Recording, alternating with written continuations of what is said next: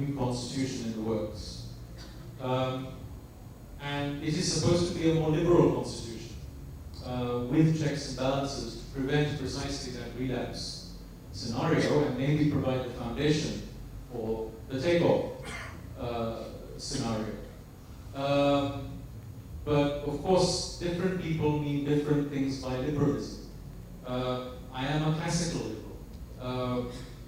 I believe in the freedom of expression, the freedom of association, the freedom of thought. That requires constitutional protection. I believe in legal due process. I don't need to tell you that, you're a lawyer. But I think a corollary of that is economic freedom.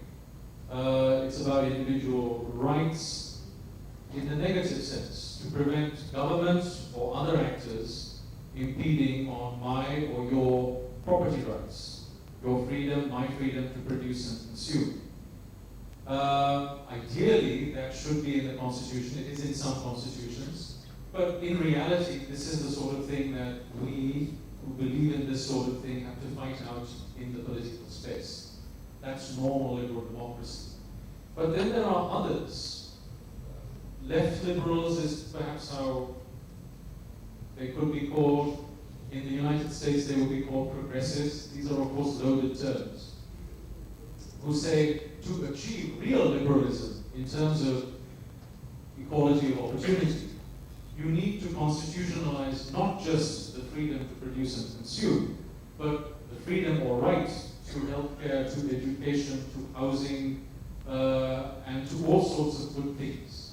Now, we all want these things for everyone, not just for the select few, or even just for the majority.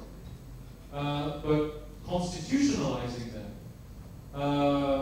having it as an obligation for government to perform, and for the judiciary to enforce, is of course an open sesame for all kinds of illiberal interventions that would gum up the economy. So I mean, let's just think about the practicalities of this. The right to healthcare, the right to education.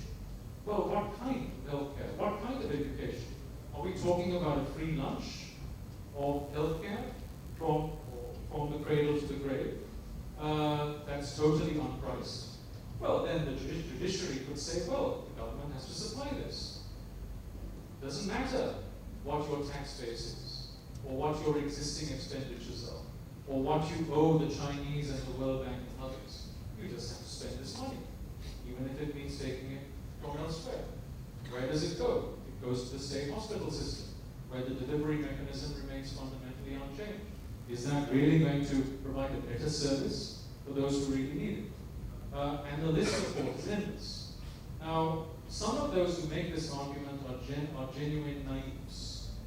These are innocents who need to be marked by reality. Others, of course, are more cynical.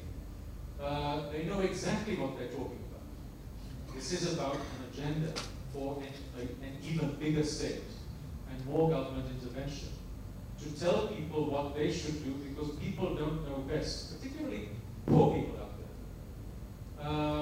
And there are others, particularly here in Colombo society, with the right education and the right level of English, to do the right thing, to coerce people to do these things with, of course, taxpayers' money.